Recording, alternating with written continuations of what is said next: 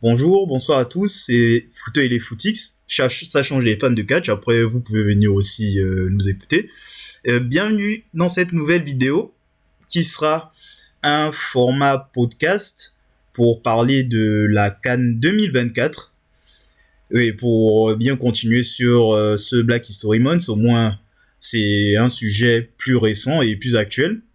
Et pour cela, je serai accompagné d'un ami qui lui aussi a regardé cette compétition. Du coup, salut, je te laisse te présenter, saluer l'audience. Bonjour à tous. Oui, je vais t'accompagner aujourd'hui pour revoir un petit peu la CAN, dire un petit peu ce qu'on en a pensé, parce que j'ai cru comprendre que toi, tu as regardé à peu près pareil que moi, c'est-à-dire dans l'ensemble, même si on n'a pas vraiment regardé tous les matchs avec précision. Je pense quand même qu'on peut donner un point de vue global d'ensemble. Donc ouais, je trouve ça intéressant de revoir ensemble la CAN. Je te laisse nous guider. Ok, ça marche. Du coup, comme tu l'as si bien dit, on va parler globalement de la CAN en termes de ressenti. On va pas non plus disséquer chaque match. On va se servir aussi de notre mémoire pour parler de certains faits marquants, mais pas tous non plus. Et justement, pour commencer, qu'est-ce que tu as pensé de cette compétition en général? En général, moi j'ai dit que c'était la CAN du siècle. Après peut-être parce que je l'ai plus suivi que les autres, je sais pas. Mais en tout cas, j'ai vraiment apprécié. C'était différent des autres. Des équipes inattendues sont allées jusqu'au bout de la compétition. Il y avait du spectacle, il y avait des surprises. Vraiment, j'ai bien aimé. J'ai vraiment beaucoup apprécié cette CAN. Toi, t'en as pensé quoi, toi? Ben, ce que j'en ai pensé et ce que j'en pense, c'est que franchement, la CAN, c'est la meilleure compétition de foot du monde. Je ne veux rien savoir. Surtout cette CAN-là, c'était vraiment un truc géant. Même sur mon titre, c'était une CAN grotesque. C'est vraiment la meilleure CAN que j'ai vue depuis longtemps. Je pense que depuis la CAN où l'Algérie a gagné, je crois. Non, mais Ouais. c'était un truc de dingue, hein. Là, fallait être là pour le vivre, hein. C'était une CAN vraiment riche en suspense, en compétition, en storytelling. Je préfère m'emmerder en regardant du catch, tiens. Ah, tiens, attends, la meilleure compétition du monde, est-ce que tu t'emballes pas un petit peu là? Parce que oui, c'est vrai qu'il y avait du spectacle, mais aller jusqu'à dire que c'était la meilleure compétition du monde, est-ce qu'on n'abuse pas un petit peu?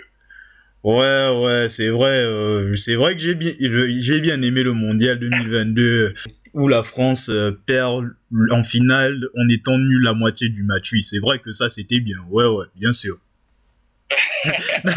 Non, mais c'était mieux que le mondial, franchement. C'était lourd, hein. En tout cas, cette Non, canne-là, mais du moins, franchement, voilà. je suis d'accord avec toi, c'est la CAN du siècle et comme ça fait un peu de la pub pour le football africain, ça c'est parfait, ça c'est moi, ça me fait plaisir en fait de voir, parce que bon, je l'ai pas dit, mais je suis congolais, donc ça me fait plaisir de voir qu'on en parle. Ça me fait plaisir de voir aussi le message derrière que les Congolais ont pu donner au monde entier grâce à la CAN justement. Mhm. En fait, c'est parfait, c'est tout ce qu'il faut en fait. Justement, la RDC, on va y revenir. Mais sinon, ouais, hein, c'était une CAN exceptionnelle. Et j'ai même l'impression que la CAN était plus médiatisée par rapport à d'habitude. En tout cas, c'était plus vu mondialement, en fait. C'est l'impression que j'ai eue, hein. Parce que, bon, Ouais. moi, je vis dans un milieu assez social, donc il y avait plusieurs personnes qui regardaient la CAN sans forcément être africains, voilà, sans être d'origine africaine. Et il y avait aussi des influenceurs aussi qui étaient, sur place. En tout cas, il y en avait plus que d'habitude, j'ai l'impression. Donc, ouais, c'était une très bonne pub, hein, surtout même l'organisation, de ce que j'ai compris, tout était parfait, quoi. Ouais, je suis d'accord. Ouais. Je suis d'accord. Ça rejoint un peu ce que je disais juste avant, hein. Il y a eu plus de pubs en fait. Les gens en ont beaucoup plus parlé que d'habitude. En tout cas, c'est le ressenti que j'ai eu. Je sais pas si c'est vraiment le cas ou c'est vraiment nous qui étions un peu plus intéressés, mais j'ai vraiment eu l'impression que ça en parlait. Moi aussi, partout où j'allais, ça parlait de la CAN, t'as regardé les résultats, ça allait voir les matchs au bar et tout. Donc, ouais, c'est une très bonne pub pour le football africain. Ah, effectivement. D'ailleurs, un football qui a quand même progressé par rapport à une certaine époque, il est aussi à noter. Parce que les premières CAN que j'ai vues, j'ai pas eu de bons souvenirs d'expérience. Bon, on va dire que c'est sur la bonne voie. Voilà, c'est ça. Bon, sinon, pour la suite, nous allons maintenant parler des équipes de foot. On va parler des équipes qui ont été décevantes, qui ont, des équipes surprenantes et ainsi que les meilleures équipes de cette compétition.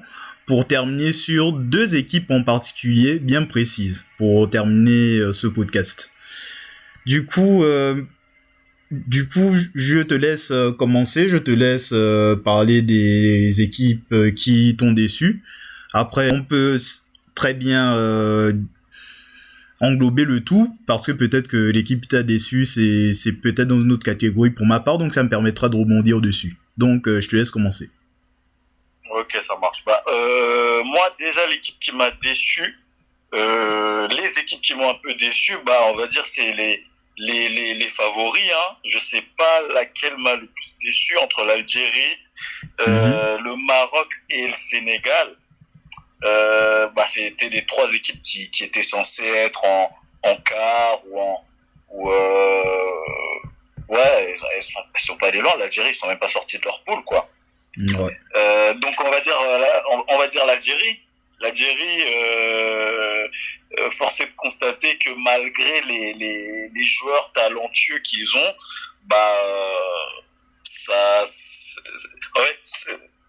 ça paye pas. Je sais pas si c'est leur manière de s'entraîner. Je sais pas si le groupe est pas assez soudé ou c'est l'entraîneur. Je saurais pas le dire, mais en tout cas ils m'ont vraiment déçu. Après le Sénégal aussi, parce que je les voyais quand même aller loin.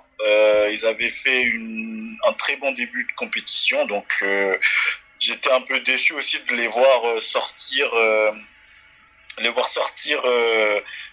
dès le 8e, mais bon, ils ont été sortis par le champion, donc on va dire d'un côté c'est pas de bol pour eux, ils sont tombés sur la Côte d'Ivoire dès le début.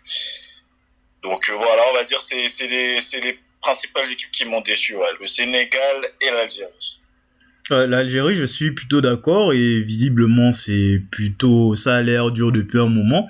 Sinon, pour ce qui concerne le Sénégal, je suis pas spécialement d'accord en termes de déception. Je dirais plus pas de bol comme tu l'as dit à la fin, parce que comme tu as dit, ils ont aussi bien débuté la CAN et c'est la seule équipe qui a été invaincue pendant les phases de groupe, qui est même toujours invaincue pendant toute la CAN, mais juste ils sont tombés sur la Côte d'Ivoire, ils ont perdu au tir au but, si je dis pas de bêtises. Ouais, tout à fait. Alors qu'ils menaient au score. Il menait au score jusqu'à la 80, dans les 80, tu vois. Dans les. Score, ils se sont fait. Jusqu'aux 10 dernières minutes, c'est ça. Ils égalisent en fin de match. Et ça allait jusqu'au pénalty, ils ont perdu. Tout simplement. Donc, on peut dire pas de bol, mais. Je suis déçu parce que je voulais les voir aller loin parce qu'ils avaient montré en début de compétition du bon football. C'est la seule équipe qui a gagné les 3 matchs, qui avait 9 points, donc je les voyais aller loin. Et en plus, c'était le champion en titre. Donc forcément, je les voyais dans le dernier carré au minimum. C'est vrai. Donc les voir sortir dès les 8e, c'est un petit peu décevant, même si on peut toujours dire que ils ont perdu contre le champion, donc pas de bol. Oui, c'est vrai. Après, le Sénégal, je dirais que, vu que je les mettrais quand même parmi les meilleures équipes, juste que là, c'est pas de bol. En tout cas, le jeu était bien et le match contre la Côte d'Ivoire, c'était lourd aussi. En live, c'est vraiment, fallait le vivre, quoi. Ouais. Surtout quand tu vois les Ivoiriens qui poussent pour égaliser, ils vont jusqu'au penalty pour se qualifier. Et également, j'ai une stat assez intéressante, c'est que les derniers champions d'Afrique n'ont jamais atteint les quarts de finale à la compétition suivante. C'est une stat assez intéressante, oui. Ah bah tiens, on va voir si ça se confirme à la prochaine CAN alors. Ouais. Donc le Sénégal rejoint la streak, si on peut dire ça. Bon, bah je la connaissais pas la stat, mais c'est marrant, c'était comme ça ressemble à une ancienne stat avec la Coupe du Monde, je sais plus le vainqueur après à l'Euro il faisait de la merde, je sais plus exactement, mais il y avait une stat comme ça aussi avec la Coupe du Monde. D'accord. Et sinon pour mes déceptions, ben tu as dit l'Algérie, je dirais globalement les équipes maghrébines parce que c'est vrai que c'est compliqué quoi. Pratiquement, ils se sont tous fait sortir rapidement. L'Algérie, ils étaient déjà mal, donc ça ne m'étonnait pas spécialement. Sinon, il y a l'Égypte qui a pu sortir des poules au forceps quand même, mais qui se sont fait sortir par l'Afrique du Sud de tête en huitième de finale. Et le Maroc, c'est vrai que vraiment le Maroc. C'est nous le Congo, les Africains. Ah, pardon, c'est le Congo. Autant pour moi. Et c'est plutôt le Maroc qui s'est fait sortir par l'Afrique du Sud. C'est ça. Maroc aussi, c'est vrai, j'ai pas beaucoup parlé d'eux, mais eux aussi, grosse déception. Hein. Ouais. Ah oui, pourtant ils étaient dans les demi du mondial. J'imaginais que la CAN, ça allait tout casser, mais au final, non. Bon. Dommage. Ouais. Et autre déception, bon, ça c'est un truc qui m'a saoulé, c'est le Cameroun. Hein. Le Cameroun, qu'est-ce qui se passe? Le mondial, vous n'avez rien appris? C'est comment? Eto'o, faut faire quelque chose. Après, comprends que ça te déçoive le Cameroun, mais moi, en fait, j'étais pas déçu du Cameroun parce que j'en attendais pas grand-chose, en fait. Je me suis pas dit, waouh, le Cameroun, l'équipe qu'ils ont, le coach qu'ils ont, la dynamique qu'ils ont, ils sont favoris. Je me suis pas dit ça dès le début de la compétition et du coup, j'étais pas forcément déçu. Même si ils pouvaient toujours, évidemment, ils pouvaient faire mieux, mais pour moi, ils n'étaient pas dans une dynamique qui les mettait favoris, en fait. Ouais, bon, ils auraient pu faire mieux que ce qu'ils ont fait, quoi. Là, ils ont été nuls pratiquement toute la compétition. Même là, sortir des poules, c'était un coup de bol, limite. Ils ont même perdu contre qui? Bon, le Nigeria. Bon, oui, mais quand même, quoi. Les gars, ils ont failli quand même se faire éliminer par la Gambie. Genre, j'aurais regardé les résultats en live, je me souviens, j'étais tendu, hein. Alors qu'il n'y avait même pas le match. Ils n'ont pas fait une bonne CAN. Ils pouvaient toujours faire mieux, évidemment. Voilà. Mais j'ai cru comprendre que, je sais pas, la dynamique avec Eto'o, elle est bizarre. Ah oui, apparemment, clairement. il prendrait un peu trop de place. J'ai vu ça sur les réseaux, je sais pas trop. Qu'est-ce qui se passe avec le Cameroun, là? Ouais, c'est le problème. Eto'o, il a pris le bon copain pour être coach, de ce que j'ai compris. Et c'est lui qui dit que, on va avoir les meilleurs dirigeants du monde, le meilleur coach du monde, la meilleure équipe du monde. Putain, ben, ça a une sale gueule, hein, ton équipe, là. Non, mais il prend trop de place. Un président de fédération ne peut pas venir faire des discours de coach aux joueurs. Ça se fait pas. Ça se fait pas. Après, je sais que c'est un passionné et qu'il aime beaucoup ce qu'il fait et tout ça, et que c'est une légende, on est tous d'accord, mais il prend trop de place. Il faut qu'il laisse le coach faire son travail et que lui, il reste à sa place de président, en fait. Là, il est dans le vestiaire, il parle aux joueurs, etc. C'est trop. Ouais, c'est ça. Imagine le Gret s'il faisait ça. Bon, il est plus là, le Gret, maintenant, je sais plus qui l'a remplacé, mais t'imagines à l'époque le Gret qui vient faire des grands discours à Mbappé ou à Giroud. C'est n'importe quoi. C'est vrai.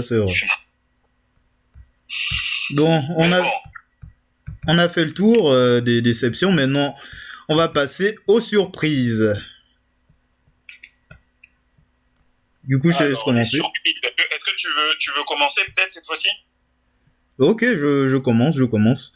En ce qui concerne les surprises, je suis sur les phases de groupe. Je vais commencer par la Guinée équatoriale. Écoute, j'étais très agréablement surpris par cette équipe. Et les mecs, ils ont géré, clairement. Ils n'étaient pas favoris. Bon, ils se sont fait sortir en 8e de finale, mais c'est pas grave, ils ont quand même fait un beau parcours. En étant premier de leur groupe, quand même, où il y avait le Nigeria et la Côte d'Ivoire. Ça, c'est super. Et en plus, ils ont bien massé la Côte d'Ivoire la dernière journée. Donc là, j'étais content, hein. Vraiment, l'esprit patriotique en moi était très fier de la Guinée. Bon, je suis gabonais, mais la Guinée équatoriale, c'est un peu pareil, quoi. Bon, c'est juste ces Hispaniques qu'on a mis dans un coin, voilà. Sinon, c'est nous. Bon. Et en plus, le meilleur buteur, c'est un Équato, Emilio Nsue, je crois le nom. Ouais, c'est ça. Oui. Je te rejoins sur la Guinée. Je te rejoins sur la Guinée. C'est vrai que même si c'est vrai que bon, le Congo on vous a sorti en quart, il me semble. C'était une bonne surprise, un beau match et puis même le score. À un moment, c'est la Guinée qui a mis un score à la Côte d'Ivoire. Hein. Ouais. 4-0. 4-0. Ouais, c'était ça.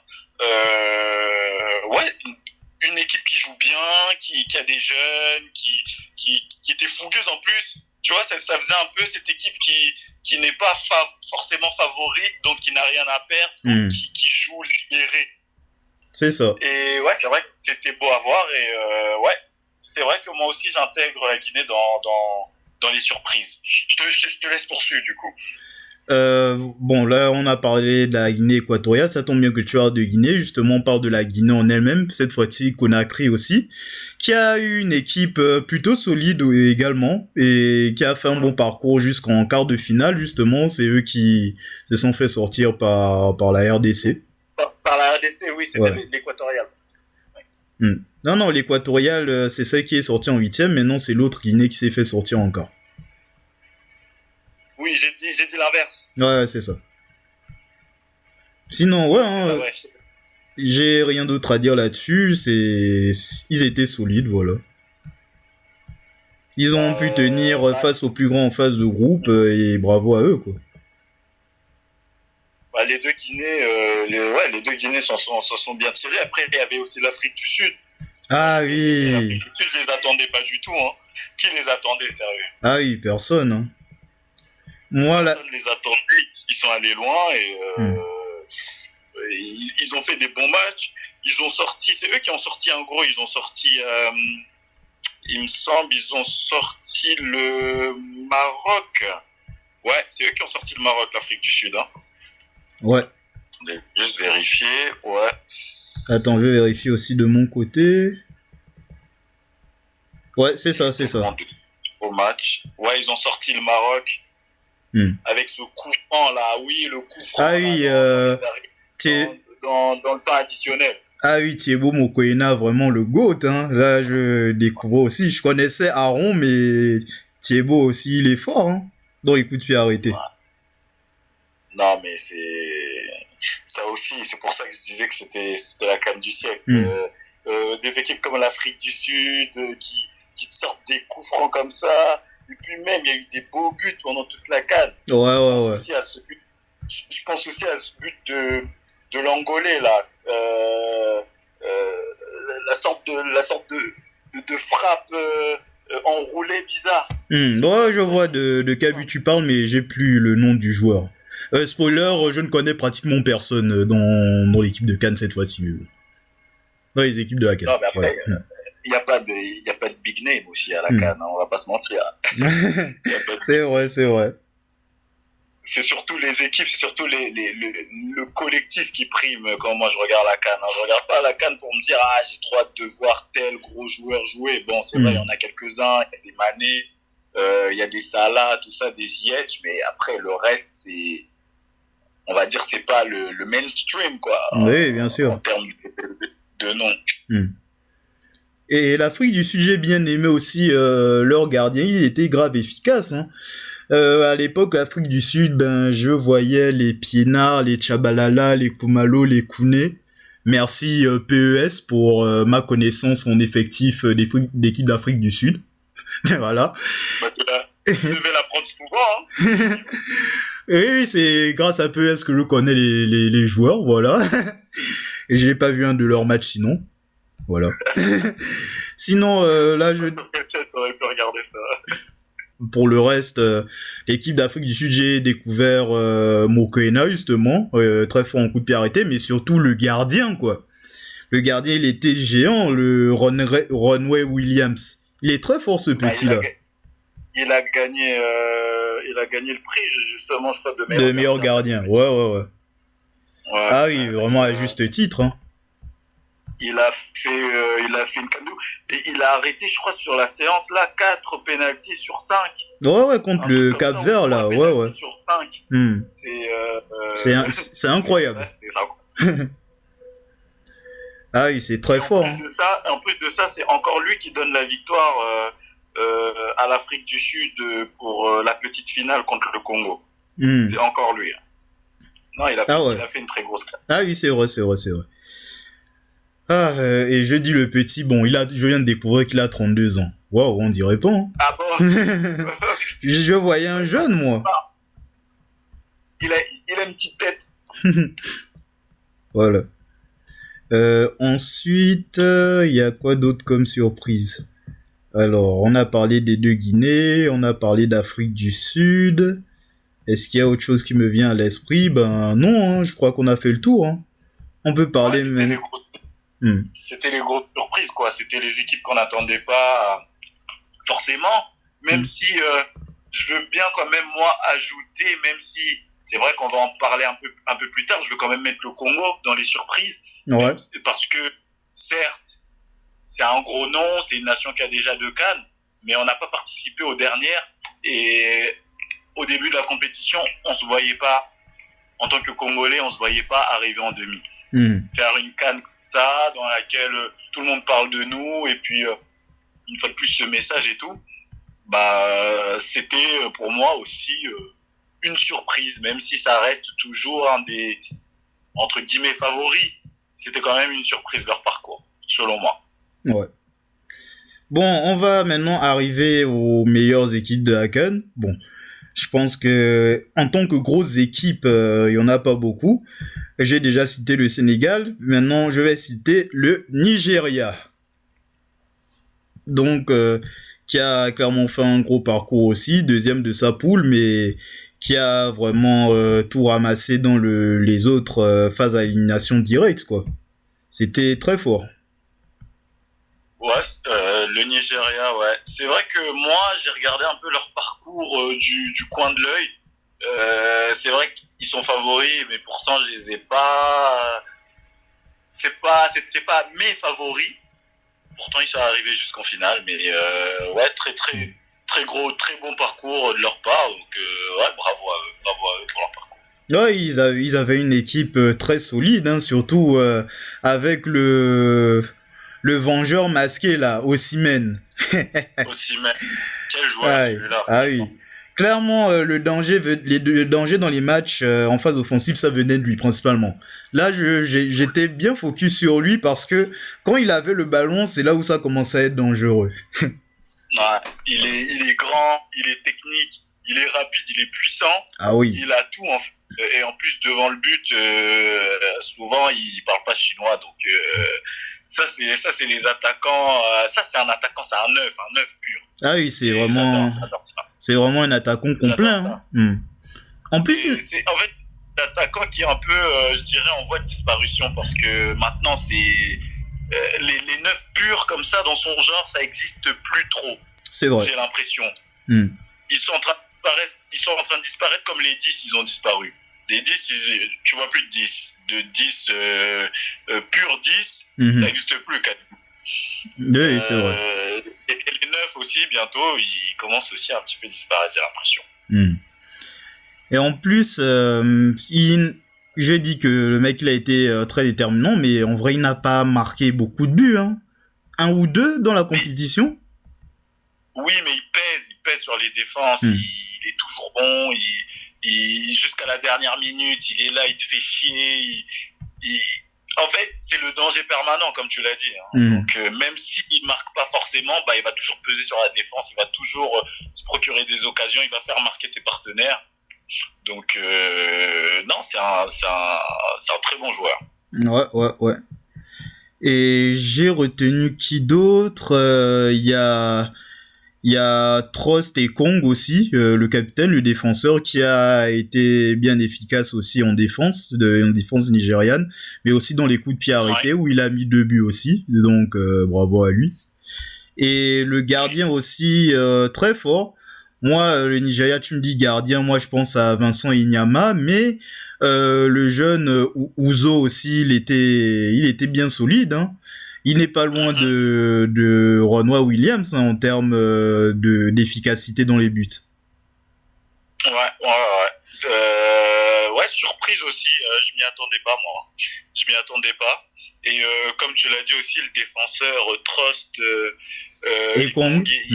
D'ailleurs, il a gagné, je crois, le titre de meilleur défenseur de la compétition, ou meilleur joueur, je sais plus, j'ai vu à la fin. Et il a gagné. On lui a filé un titre, je sais pas c'était lequel. Je crois que c'est meilleur joueur. Ouais, bah voilà, ça parle pour lui. Il a fait une compétition un peu malade, même si je pense que quand même Bemba il était pas loin quand même. Hein. Ah, on va en parler. Justement, ça tombe bien, on va faire la transition. Maintenant, on va parler un peu du cas de la RDC. Hein. Franchement, je vais même pas dire que c'est une surprise, c'est un ovni, hein, cette équipe. Donc, bon, je te laisse l'honneur de commenter là-dessus, sur les Léopards. Vas-y. Alors, les Léopards, ils ont fait un parcours, à l'image de l'équipe, hein, phase de poule, 3 matchs nuls.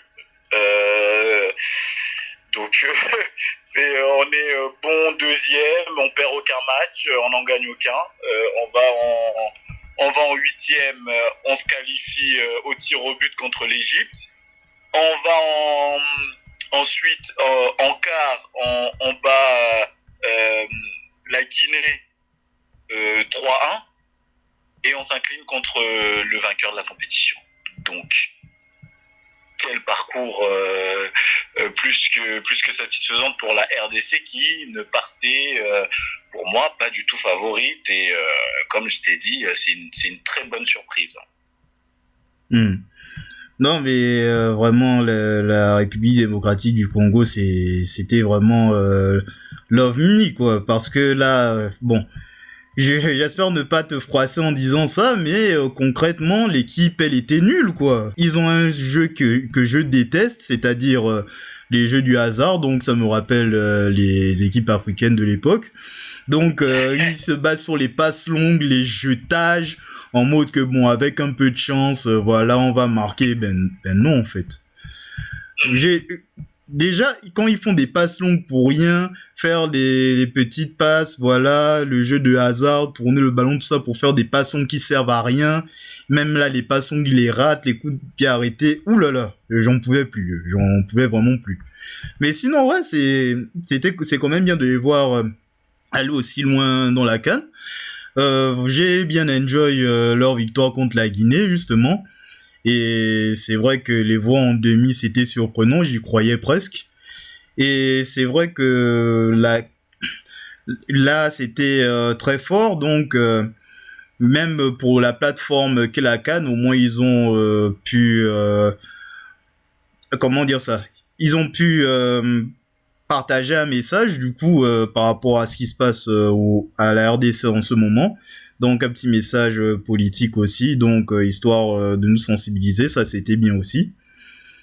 Et voilà, j'ai rien d'autre à dire, hein. Comme dit ce cher Chancel, la justice dédiée, quoi. C'est la justice dédiée. Il y en a, voilà. Et franchement, j'aurais pas été contre une 3e place pour eux. Et bon, ça, c'est je vois rien. Mais bon, comme je l'ai dit à des amis à moi, la 3e place, on s'en fout. C'était qui le 3e de la Coupe du Monde? Je sais plus. Mais par contre, je me rappelle que le Maroc arrive en demi-finale. Ouais. La Croatie de souvenir. troisième. Ouais, peut-être. Tout le monde s'en fout. Par contre, tout le monde se souvient que le Maroc est en demi. Donc, ce plus important, c'est ça pour moi. Mais c'est vrai que je voudrais quand même te rejoindre sur un point. Le jeu du Congo était vraiment dégueulasse. Et pour quelqu'un qui regarde quand même souvent le foot, qui regarde la Première Ligue, qui regarde la Ligue 1, voir une équipe, voir ton équipe que tu supportes jouer de cette manière-là, c'est-à-dire compter, comme tu l'as dit, que sur du hasard, sur des coups de pied arrêtés, sur des ballons qui rebondissent et tu vas au duel et ça rebondit, ça revient sur tes pieds et tu tires et tu marques. C'est vrai que c'est un peu frustrant. Dès le début, en fait, dès les premiers matchs, j'ai vu qu'ils allaient jouer comme ça et je me suis dit, écoute, on va faire avec ça. Et si avec ça, ils ont de caractère pour aller jusqu'au bout, je prends. Et ils sont allés presque jusqu'au bout, donc. Ouais. Bravo à eux. Du coup, on peut avancer sur la dernière partie. Donc, l'équipe organisateur, la Côte d'Ivoire, qui a eu aussi un parcours assez... comment dire ça ? Un parcours assez insolite, voilà. Incroyable, ça veut dire, moi. Parce que là, les mecs, ils passent de presque éliminés. Ils virent leur coach à gagner la CAN, ça c'est quand même un truc de fou. Hein. C'est incroyable, c'est insolite. Voilà, ils devaient sortir. Ils sont sauvés par le Maroc. Une chance mentale. Le Maroc les sauve en faisant d'eux les meilleurs troisièmes. Ils arrivent à vraiment merci le Maroc. Hein. Et c'est incroyable, ils virent le coach et au final ils gagnent la compétition. Et à chaque fois avec cette hargne en fin de match, en allant chercher l'égalisation, toujours en trimant. Ils n'ont jamais dominé un match. Et à chaque fois ils sont à la victoire avec les tripes en fait. Et moi dès qu'ils ont sorti le Mali et que le Congo, on devait jouer contre eux, en fait avant que ce match ait lieu, quand le Congo s'est qualifié, je me suis dit, j'espère que c'est le Mali qui passe. Parce que si la Côte d'Ivoire, ils battent le Mali chez eux, avec le parcours qu'ils ont fait, ils seront inarrêtables derrière. Et c'est exactement ce qui s'est passé. Je me suis porté la poisse. C'est exactement ce qui s'est passé. Donc, bravo à eux. Ouais. Vraiment, à partir du moment où ils ont déjà battu les Sénégal, dans ma tête, je voyais déjà l'option où ils gagnaient la compétition. Hein. Là, ils étaient en mode bataillon d'exploration, quoi. On fonce tout droit et voilà, on ne recule pas. On va jusqu'au bout. C'est plus dur de se sauver comme ça, là, de revenir d'entre les morts, comme Lata, et venir derrière... taper tout le monde, aller jusqu'au final, taper le favori, gagner devant leur public. J'ai vu Drogba là qui courait dans tous les sens. Là, il a des cheveux qui ont dû repousser là après la victoire finale. Ouais, non, c'est incroyable. J'imagine les émotions qu'ils ont dû vivre ces joueurs. Oh le fou, vraiment incroyable. Ah oui, en mode Shinzo Sasageo. Non, mais la Côte d'Ivoire, c'est fort, quoi. De base, moi, dans ma tête, en fait, la Côte d'Ivoire, bon, je disais que, bon, favori, mais juste sur le papier, quoi. En vrai, il n'y a personne hein, dans l'effectif de Côte d'Ivoire. Les vrais joueurs qu'on connaissait, ils ne sont plus là, ils sont à la retraite, voilà. Et au final, ils réussissent à aller jusqu'au bout du truc. Et en plus, c'est Sébastien Haller qui est décisif dans les derniers matchs, il me semble. Ouais, c'est lui. Ouais. Que ce soit en demi-finale ou même en finale, c'est lui qui met les buts permettant de remporter les matchs. Vraiment bravo. Hein.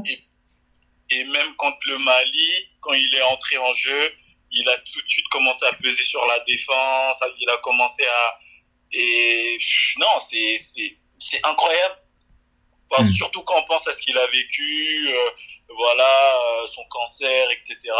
Maintenant, voir que 2 ans plus tard, il est champion d'Afrique en étant décisif, en marquant le but de la victoire, c'est plus que c'est mérité pour lui. C'est trop d'émotions en fait.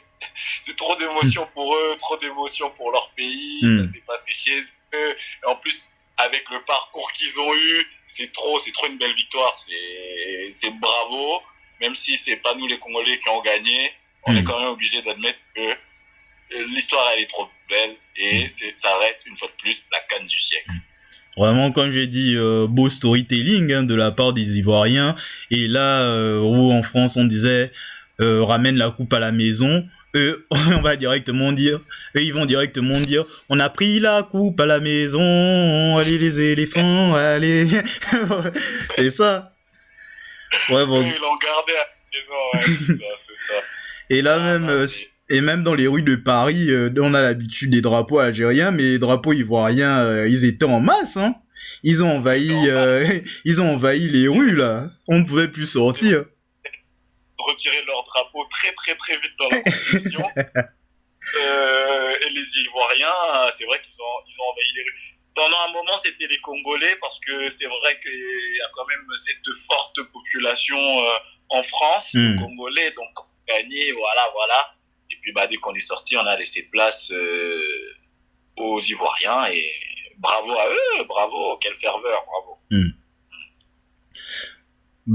Du coup, on peut arriver à la conclusion, qu'on a déjà donné au début, mais franchement, on est sur la CAN du siècle, c'était vraiment du cinéma, hein, cette histoire. C'était du ciné, tu t'aurais pas en fait prédit la fin. T'aurais pas pu dire qui allait gagner, t'aurais même pas pu prévoir le milieu en fait, même le milieu t'aurais pas pu le prévoir. Ouais. Donc c'est pour ça qu'on aime le foot, parce qu'on est tout le temps surpris. On était tous entre guillemets, il y avait beaucoup de gens qui étaient déçus de la Coupe du Monde parce qu'entre guillemets c'était trop prévisible, il y a eu de la triche, Messi, c'était prévu qu'il gagne. Bon, là le football nous a montré que on peut pas toujours prévoir ce qui va se passer. Moi c'est pour ça que j'aime le foot, parce que c'est des émotions comme ça, tu peux pas savoir ce qui va arriver et c'est magnifique. Ouais, c'est du beau foot tout simplement. Maintenant, le mauvais côté, c'est que c'est fini tout ça maintenant. On va devoir attendre 2 ans. Hein. Quoique il y a l'Euro qui arrive. Du quoi qu'il y a l'Euro, donc à voir. On va se préparer pour l'Euro là. La France, on remet nos maillots français et puis ça repartit. Hein. Ah oui, c'est ça. Hein. Là, on va charbonner là. C'est parti. C'est parti. Bon chers auditeurs, c'est ici que s'arrête cette vidéo. Du coup, pour les footeux, je vous invite à mettre vos commentaires, dire ce que vous avez pensé de cette CAN et ce que vous avez pensé de vos équipes favorites, si vous en aviez eu. Et je vous invite aussi à liker et partager, à me suivre sur mes réseaux sociaux, Twitter et TikTok. Et on se retrouve pour du nouveau contenu, mais cette fois-ci catch assez rapidement. À bon attendeur, salut! Et merci aussi, mec, d'avoir participé à la vidéo. Merci à toi de m'avoir reçu sur ta chaîne et j'espère que je serai de nouveau invité pour parler cette fois-ci catch. C'est ça. Allez, salut!